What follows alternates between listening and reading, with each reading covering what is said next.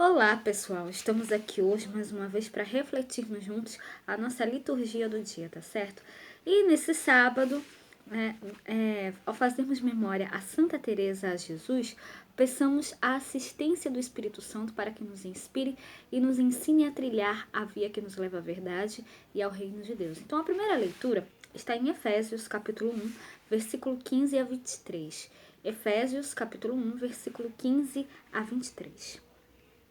Pelo que, ouvindo eu também a fé que entre vós há no Senhor Jesus, e a vossa caridade para com todos os santos, não cesso de dar graças a Deus por vós, lembrando-me de vós nas minhas orações, para que o Deus de nosso Senhor Jesus Cristo, o Pai da glória, vos dê em seu conhecimento o espírito de sabedoria e de revelação. Tenho iluminados os olhos do vosso entendimento, para que saibais qual seja a esperança da sua vocação, e quais as riquezas da glória da sua herança nos santos?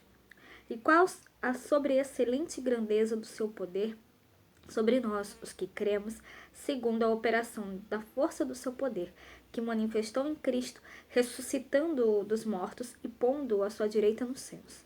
Acima de tudo, o principado, o poder e potestade e domínio, e de todo o nome que se nomeia, não só neste século, mas também no vindouro. E sujeitou todas as coisas a seus pés, e sobre todas as coisas o constituiu como cabeça da igreja, que é o seu corpo, a plenitude daquele que cumpre tudo em todos. Então, essa primeira leitura, encerra o primeiro capítulo da carta aos Efésios, que é da carta de São Paulo aos Efésios, o primeiro capítulo, que aqui, o apóstolo Paulo fala, Deus fez de Cristo, que está acima de tudo, a cabeça da igreja, que é o seu corpo. Então, a igreja é o corpo, Jesus é a cabeça, Então, que nós possamos sempre, cada vez mais, anunciar, o evangelho de Cristo a todos, depositar a nossa esperança nele, e ele abre o nosso coração, a sua luz, que nós possamos abrir o nosso coração para receber a luz de Cristo na nossa vida. E agora, falando do Evangelho, hoje ele está em Lucas, capítulo 12, versículo 8 a 12. Lucas, capítulo 12, versículo 8 a 12.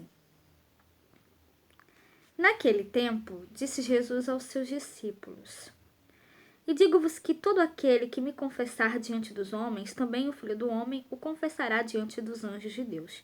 Mas quem me negar diante dos homens, será negado diante dos anjos de Deus.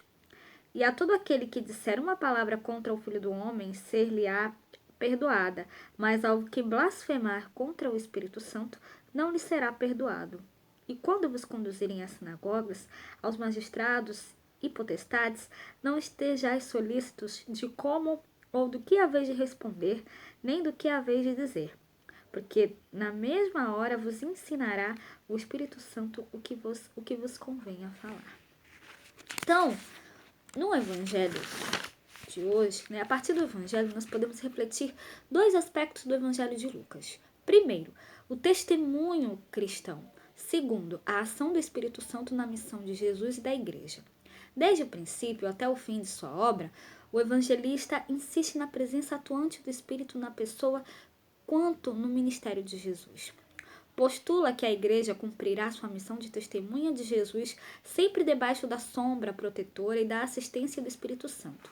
Então, no Evangelho, que eu acabei de ler, Jesus encoraja os discípulos ao testemunho. Em lugar de renegar Jesus e sua palavra,